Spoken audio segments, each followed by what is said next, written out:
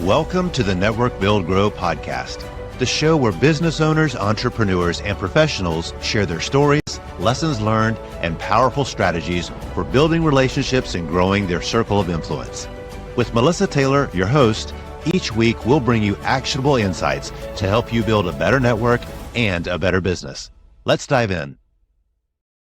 Oh, hello. We are here today with Tanya Quinn with the Social Good Navigator. How are you doing today, Tanya? I'm great, Melissa. How are you? Thank you for inviting me on. Yeah. So we have known you for a few years now, and we love that you are a part of Network Build Grow. And you have been an integral part of us creating our reach out, our social good that we do with Network Build Grow. But let's first start with a little bit about what you do with your business. So tell us a little bit about your business, but most importantly, why you love it. Well, thank you for that call out for helping you guys with Network Build Grow. I'm very honored to be a member of that and to be invited to participate at the leadership level. I run Small Actions, Greater Good, and it is a business that I created after years of being very passionate about doing good, both through a corporate environment, nonprofit, and things I was doing on my own. And I stepped into the small business world as a small business owner, and I realized that all of these resources that I'd had at my fingertips, both as a corporate employee and as a nonprofit, I didn't have as a small business owner. So I went reaching to find how I could do good through my small business. And I couldn't find the resources. I couldn't find the things that made it easier and simple. So I realized that that was a gap that I wanted to fill. And I created Small Actions, Greater Good to make it easier and simpler, but more effective and more clear for small business owners to do good through their business that not only contributes to society, but also helps their business grow through marketing, through employees, through clients, through everything like that. Yeah, without feeling icky, because I know that's a lot of them. Yes. Mm-hmm. Yes, without feeling icky, without being guilty about what you say or how you say it, really leaning into the true intention behind why you want to do good and how to make it feel great and be something you just want to shout from the rooftop, so to speak. Yeah. And I know that from talking to you and working with you on several things, a lot of it starts with, big surprise, relationship building and having relationships with people in your community. So tell me a little bit about how small business owners can really forge those relationships with maybe nonprofits or other community-minded people. Absolutely. For me, the way that I work with my clients and the way that I approach small business myself is that it is, just like you said, 100% about relationships. And it's approaching relationships from a mutually beneficial approach where you're looking at not only what you can give to the community, but what that community also needs. Mm-hmm. A lot of small business owners can approach stuff and they have something in their mind about what they want to do. But particularly when working with a nonprofit, you got to understand what they need. How is it that you can both provide value to each other that helps increase awareness of the nonprofit? It drives brand awareness of your business. It's all about strong relationships, really understanding what everybody needs and can offer and is comfortable giving. Okay, wonderful. Okay, so now let's switch to you and your business and how you grow your business. So that's a lot about your business, but how do you personally grow your business with networking? Again, your relationships are key. It's truly understanding the person that you're talking to. What is it they want to do? When it comes to small actions and social responsibility, it's even more of a personal relationship, a personal feel for people. When small business owners want to do good, 90% of the time, it's because they have this internal drive. They want to make the world a better place. They want to change things around them. They want to better connect with their clients and customers. They have grandchildren that they want to build the business for. So it is most of the time, a truly personal reason. Mm-hmm. So when I am talking to potential clients or I'm speaking to an audience, I'm really leaning into, how do you feel? What is it that is personally motivating you, interesting you in doing good? Because it's that personal connection that you build with networking first, and then relationships to help them build that social responsibility into their business. It's 100% about their motivations and their drive and their interests. So really you dive into kind of what legacy do they want to leave? almost. That's very true. Legacy is a big thing. A lot of people do want legacy. So there's so many different ways that people can do good. They could be really interested in the community. So then it's understanding what community and how they want to do it. There's people that want to do good when it comes to environmental. They have a very strong drive. So you're looking at that aspect. I've worked with a client before who didn't even think they were socially responsible, but it turns out that they have this huge passion for their employees and for all of these benefits that they just did. They did because it felt good and it felt right. But in reality, they were going well above and beyond what they needed to do. So it's really, truly learning about what motivates them and what they want to do most. I love that. Okay. So let's dive a little bit deeper into how you network. So you're involved with Network Build Grow. Are you also involved in some other networking groups? And is your philosophy to go deep or wide? Yeah, that's a good question. I'm actually just with Network Build Grow at the moment. Okay. I did start with quite a few here in Charlotte, where I'm based. I kind of did the go wide, get to know people. And what I found was that I wanted to really end up deep in a relationship with a group of people that I felt strongly connected with, that I knew I could get to know, that we could develop longer term relationships, that we could truly refer to each other by the fact that we knew each other's businesses so well. I love the fact that we bring in new business owners, but I still see a lot of the same faces. I tried a lot of the others and I just didn't have the same connection. From Network Build Grow, it's more the opportunities that you provide, and the timing also is huge for me. I have a 9-year-old daughter, so I love the ability to be flexible with her schedule. And that's one of the biggest things that Network Build Grow early morning coffees don't work for you. No, the early morning coffees don't work for me, and the happy hours don't usually either. Yeah, no, me either. And it's not because I have young children; it's because I don't get up that early. So I love that.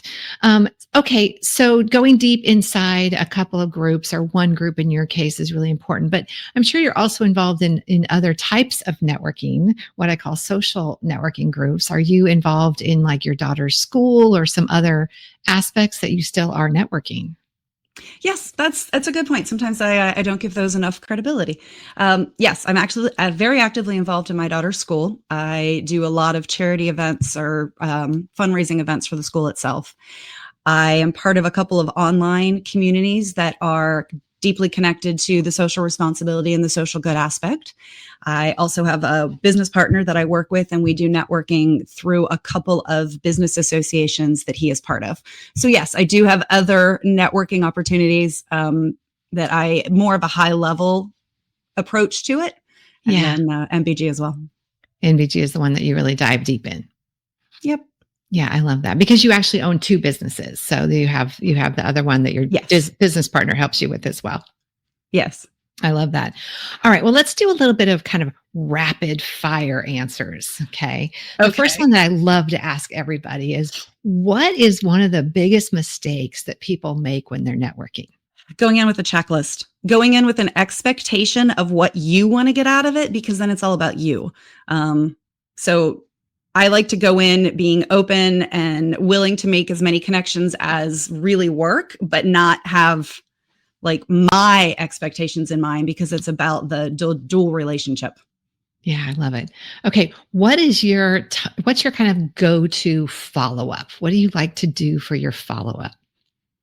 I send an email, usually within a couple of days afterwards, just thanking them or for getting to know them. I try to remember something that was really good connection. Usually there's something that I remember very specifically about that person. And then I like to offer help. I like to just find out, where we might have connections in common. Is there something somebody else I could introduce them to, and just develop a relationship as if I was sitting across a cup of coffee. That's kind of how I approach everything, is just sitting across from a friend over a cup of coffee.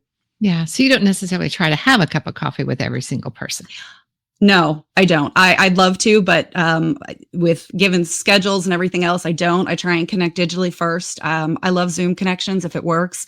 I do absolutely love a cup of coffee, but I can't do it all the time. I try to as often as I can.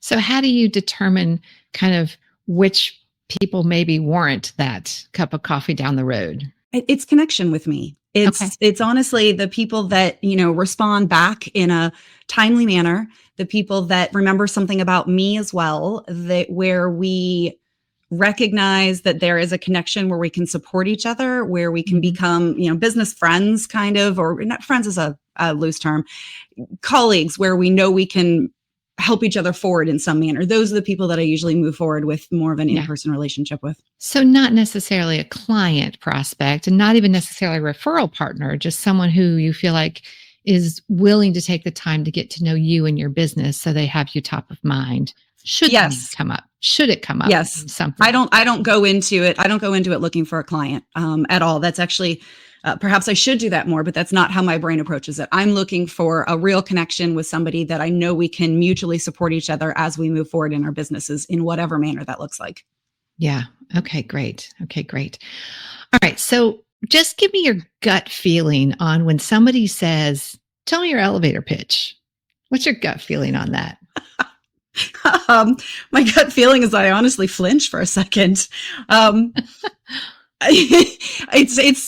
It's hard when somebody says, telling me your elevator speech, my brain kind of steps back and feels like I need to formally consider how I say something. So it's just kind of it's a button for me where I have to stop and I feel like I have to put myself into this more professional mode or something. Normally I'm much more casual about it. So I don't think I've ever said to somebody, tell me your elevator speech. I usually just say, tell me about your business. What brought you here? What inspired you to start your business? I really like understanding people's origin stories, just because I think mine is very personal to why I started my business. So it gives me a good feeling for how other people started their business and why. Mm-hmm. Yeah, that's fun. It's fun to ask people their origin story. One of my favorite questions, instead of, so what do you do? I hate that question, is to ask people like, hey, what do you love about your business? What do you love about it? So tell us Tanya, what do you love about your business? What I love about my business is the ability for people to really see how much impact they can make, and even more so, how much impact they're probably already making. I very rarely find a small business owner who isn't doing something socially good already. Really? Most of the time, rarely. And most of the time they don't see it, they don't realize it. So being able to have that kind of exploratory conversation to find one or two things that they're doing and really be able to lean into it. So this is great. Like, let's emphasize this. Let's make it more intentional. Let's make people more aware of what you're doing. It's that exploration and creativity that is my favorite thing working with business owners. That's great. Okay. Now, what do you love about networking? What do I love about networking? I'm actually a little hard with networking. I'll be very honest on this. Okay. Networking is a little hard for me. We'll go honest here. I love it. Yeah, I'm as likely to step behind the table and ask somebody how I can help them to organize it as I am to actually network. So it's something that I constantly work on. My favorite thing about networking is really getting into more deep conversations. I have a hard time when it's real superficial. But when it's a networking opportunity where there is a prompt that allows me to have a conversation that I don't get stuck on, and then gives time where you can really sit down and get to know the person, that's what I like. The kind of speed networking that people do, I am not comfortable with. I like the opportunity to really get to know somebody more than just a 10-second introduce yourself, hand a business card, and next. That situation is extremely uncomfortable. Yeah, that's probably why you like Network Build Grow, because we always give a prompt. Yes, I am much more comfortable with the initial prompt and then the ability to sit down afterwards and have the relationship conversations. If you network for your business, you already know follow-up is everything when it comes to growing relationships and driving success. But here's the thing. Most of us want to follow up well. We just get stuck. Staying consistent, keeping it personal, making it stand out, it's hard. That's why I use NetEffect.io. It makes follow-up simple, cuts through all the noise, and helps me stay on top of every relationship without dropping the ball. I never miss a follow-up, and honestly, my network wouldn't be the same without it. So check it out, NetEffect.io. And right now, you can use promo code NBG50 for 50% off of your first month. NetEffect.io, your secret weapon to unforgettable follow-up. Okay, so you talked a little bit about how within about 48 hours after an event, you try to connect with everybody that you connect with. Either email is your kind of go-to. You probably reach out on social media. How do you track that? How do you track it, and what do you do kind of next after that? Well, I am learning to get better at tracking stuff. Right now, I use a software called Nimble that helps me just kind of keep contacts straight and put in dates to follow up. It's been an ongoing struggle, honestly, finding a tool that allows me to do it without feeling like I'm responsible or not responsible. I can't think of the right term, that I'm beholden on that tool is a balance for me to find. Yeah, I love that. What is your second thing that you do? So you send an email. Let's take the path of least resistance. Let's assume that they responded back. Mm-hmm. What's the next thing that you do? It kind of depends upon the relationship again. Very often it's, is there anything that I can offer you? Is there any way we can connect? I usually do a Zoom call if someone's available. If they happen to live close to me in the area of town I'm at, I will say, let's get together for coffee. Very often I use MBG. I'm going to be at this event in 3 weeks. Do you have the opportunity? Maybe we can sit down before or afterwards to talk. I've done that multiple times because then that's a good idea. You're already there. You already have a reason to get together. Yeah, you're already there. You have a very similar approach most of the time as the other people in the room. So it's a nice way to get together. Mm-hmm. And then usually it's just staying in touch with relationships. Social media, I try to. I'm mainly on LinkedIn. I don't do many of the other platforms right now, but just staying in touch with people. Okay. So then the other side is they don't respond. So then what do you do? For those ones, usually I'll connect over social media again and shoot maybe a message over LinkedIn. Hey, it was nice to meet you this event. I sent you a quick email. I just wanted to connect with you here. Looking forward to seeing you at another event. When it's through an MBG, it's easier for me because I will likely see them at another event, so I can go up and be personable and say hi. When I'm doing different things online, I've met people through conferences, like virtual conferences that I've attended. An email, I'll do a LinkedIn, and occasionally I'll send another email like a month later and just, reaching back in, was wondering if there's anything that we can do to connect or if there's anything I can do to help or something like that. But after that, I tend to kind of let it go because they're either too busy or didn't have the same connection that I did. Yeah. Well, I wrote an article, I don't know, it was a couple of Halloweens ago about raising those dead connections from the graveyard, and I probably should look that one up again. Yeah, it's hard, but sometimes it can be really fruitful, to not just let them go away, even though it's just a couple of times. Okay. All right. So one other really quick, just last thing. When you have a casual conversation with somebody and you have that connection and you've reached out and they connected back and you maybe had another connection, you saw them at another event, how do you kind of eventually turn that friendly conversation into a possible maybe conversation about either a referral or, hey, let me tell you a little bit more about my business. I think it would be a great opportunity for you. And I know it depends on the relationship, but it really does. It really does. From a referral standpoint, that one is usually pretty easy for me because during that conversation, if something comes up, some need comes up. So I'm real easy or it's easy for me to write that down and say, hey, I think I can connect you with somebody. With my business, I find it a little bit harder sometimes. One of the things about social responsibility is that it seems like most people consider it a nice to have. It's something that they want to do. They can do, but they consider it more optional. So for me, a lot of the conversations I have with people is making them aware that doing good is a business benefit. It is a business choice, and it should be treated just like any other business choice or business decision that you have. So for me, it takes a little bit to get people to kind of come around to that thinking, yes, this is something you're doing good, and I really think I can help you do more good, do better good in a clearer way. But I often need to emphasize a lot more the business benefits. That way it becomes something that they want to do, not something they just choose to do when they have time. So for me, it's a little bit of a longer process because there's some educational components that I have to put in. And in order to do that, I have some articles and some resources that I like to send that are just kind of more awareness building so that they can understand the value of it. Gotcha. Now, a little birdie told me that you actually have a book that is being worked on and edited right now. Do you have any idea when that might be coming out as a resource for people? Wow, that little birdie definitely caught me off guard on that one. That little birdie is definitely correct. I do. Clearly Good. It's about learning to do social responsibility with intention and alignment. And it is in final edits. I am hoping it will be out by Q4 at the absolute latest this year. I'm working with a designer soon to work on a cover who happens to be in our group. So shout out for, networking. But yeah, I'm excited to get it out. It's been a very long process coming, and I can't wait to have it done. Thank you. Well, as someone who got to read the manuscript prior to publication, 10 times who's the little birdie? Everybody, that is fabulous, and it's going to help a lot of business owners understand how to do good better.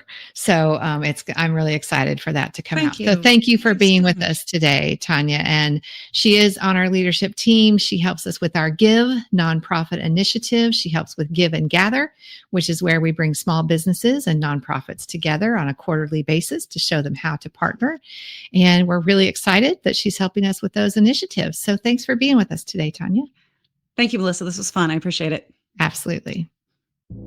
Thanks for tuning into this episode of the Network Build Grow podcast. If you enjoyed today's conversation, be sure to subscribe, leave a review, and share it with a fellow entrepreneur or professional. And of course, if you're not yet part of our community, visit networkbuildgrow.com to connect with us. Until next time, keep building and keep growing.